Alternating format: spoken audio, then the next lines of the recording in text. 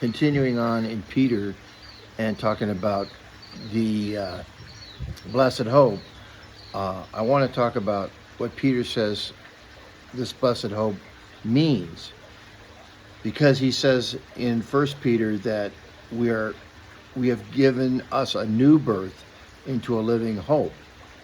And what is that new birth? Well, he says here, for you have been born again, not of perishable seed, but of imperishable, through the living and enduring word of God.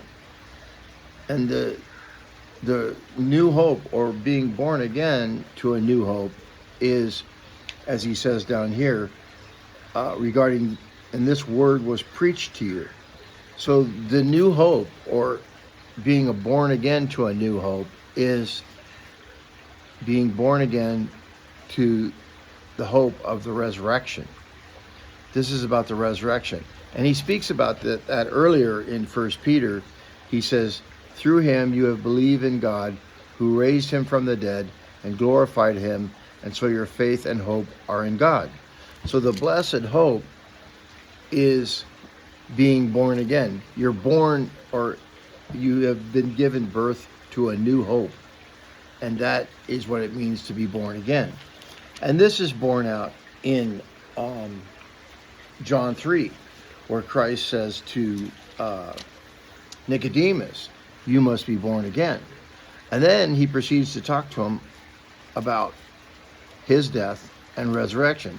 And that's where the famous saying, for God so loved the world that he gave his only begotten Son, that whosoever believeth in him should not perish, but have everlasting life.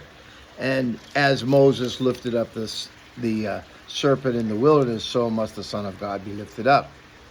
So the death and resurrection of Jesus Christ, we are born again by hoping in the resurrection. That is the blessed hope. And that is the new birth experience. It's not about being a better Christian than everybody else. Everybody says, well, I'm a born again Christian. No, you're born to a new hope, and that is the resurrection. So that's the message of the New Testament. And that's what it means to be born again. It doesn't mean that you're a better person than other people. It just means you're born to a new hope. You have a new hope. It's given birth to a new hope in your life, and that is the resurrection from the dead in Jesus Christ.